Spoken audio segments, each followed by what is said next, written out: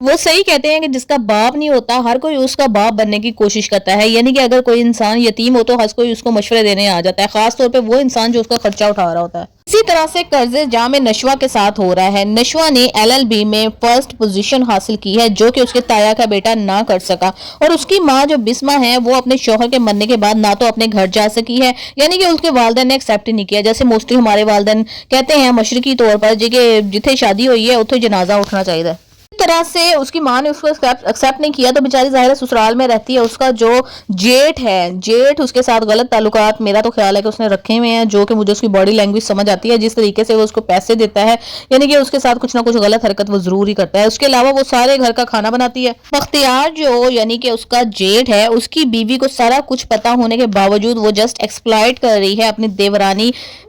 بسمہ کو، اور اس سے سارے گھر کا کام کرواتی ہے، میرے لیے یہ لے آؤ، میرے لیے یہ لے آؤ، اور بچوں کی خدمتیں وہ بیچاری کرتی ہے صرف اس لیے کہ اس کی اپنی بیٹی پڑھ لکھ جائے۔ اب اس کی بیٹی پڑھ لکھ گئی ہے، اس نے اپنے